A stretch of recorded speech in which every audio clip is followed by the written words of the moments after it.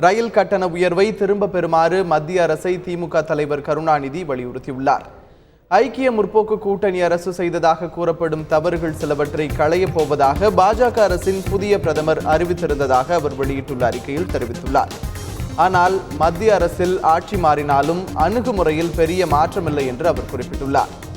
இலங்கை கடற்படையினரின் தொடர் வன்முறைகள், ராஜபக்சே அவர்களுடன் உறவு, தொடர்பு மொழி பிரச்சினை, டீசல் விலை உயர்வு, தற்போது ரயில் கட்டண உயர்வு என்றில் அதில் கருணாநிதி சுட்டிக்காட்டியுள்ளார்.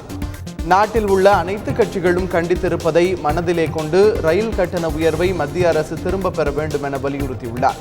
இதேபோல் மற்றொரு அறிக்கையில் பாலாற்றின் குறுக்கே ஆந்திர அரசு அணை கட்டினால் தமிழக மக்கள் குடி தண்ணீருக்கு தவிக்க நேரிடும் என்று கருணாநிதி தெரிவித்துள்ளார்.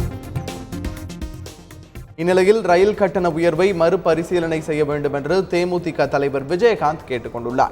இதுகுறித்து அவர் வெளியிட்டுள்ள அறிக்கையில், ஐக்கிய முற்போக்கு கூட்டணி அரசின் தவறான பொருளாதார கொள்கைகளால் பெட்ரோல், டீசல் மற்றும் உணவுப் பொருட்கள் உள்ளிட்ட அத்தியாவசிய பொருட்களின் விலை உயர்ந்து பொதுமக்கள் பெரிதும் பாதிக்கப்பட்டதாக தெரிவித்துள்ளார்.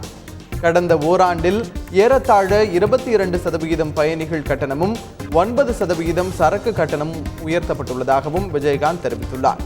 தற்பொழுது தேசிய ஜனநாயக கூட்டணி அரசும் ரயில் கட்டணங்களை உயர்த்தியிருப்பது அத்தியாவசிய பொருட்களின் விலையில் கடுமையாக பிரதிபலிக்கும் என்றும் அவர் கூறியுள்ளார்.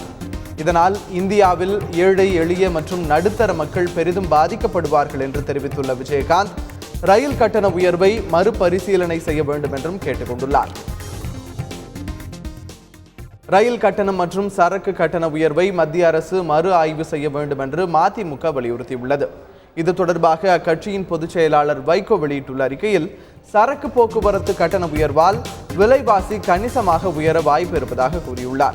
ரயில் கட்டண நிர்ணய ஆணையத்தை மத்திய அரசு உடனடியாக திரும்ப பெற வேண்டும் என்றும் அவர் வலியுறுத்தியுள்ளார்.